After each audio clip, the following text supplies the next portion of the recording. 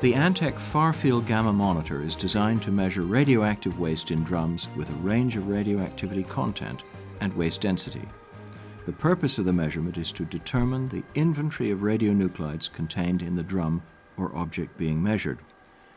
ANTECH far-field gamma monitor series G3600 instruments employ the far-field or single-shot measurement process for measuring waste drums or objects.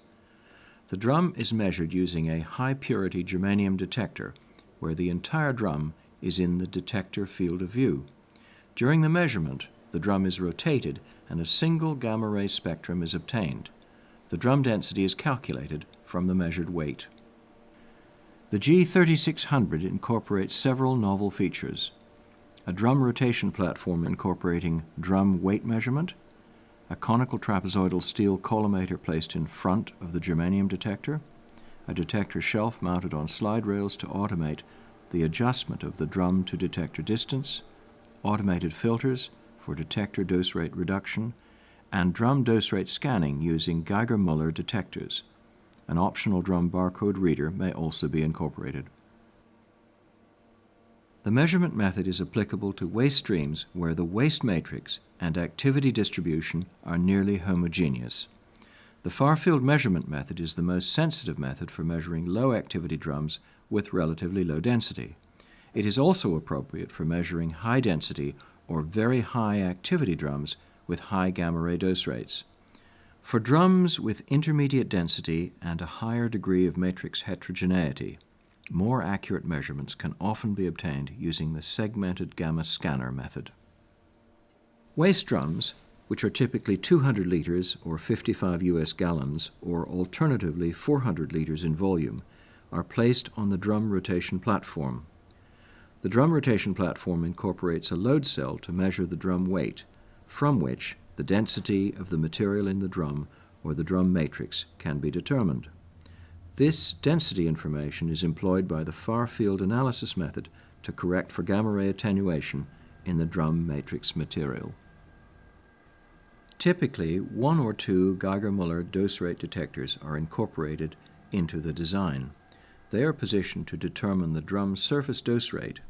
This information is used to establish the measurement conditions, including the use of filters or the movement of the detector away from the drum to reduce the count rate in the detector and hence the detector dead time. Two Geiger-Müller dose rate detectors are used if the waste drums or waste object being measured are expected to have a wide range of radioactivity, resulting in a wide range of dose rate. The far-field gamma monitor employs a high-purity germanium detector, which is housed in a cylindrical lead shield.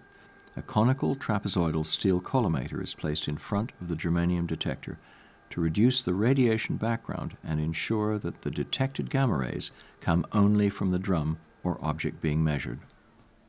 Based on the measurement made by the Geiger-Müller dose rate detectors, for very high dose rate drums, the high-purity germanium detector may be moved further away from the drum to reduce the count rate in the detector. In addition, two automated tungsten filters are incorporated into the body of the collimator. Either one or other filter will be deployed if the drum contains even higher activity, resulting in a higher dose rate. Comprehensive motion control electronics based on an Allen Bradley Programmed Logic Controller, or PLC, are incorporated to control the drum rotation, the deployment of the tungsten filters, and the movement of the detector.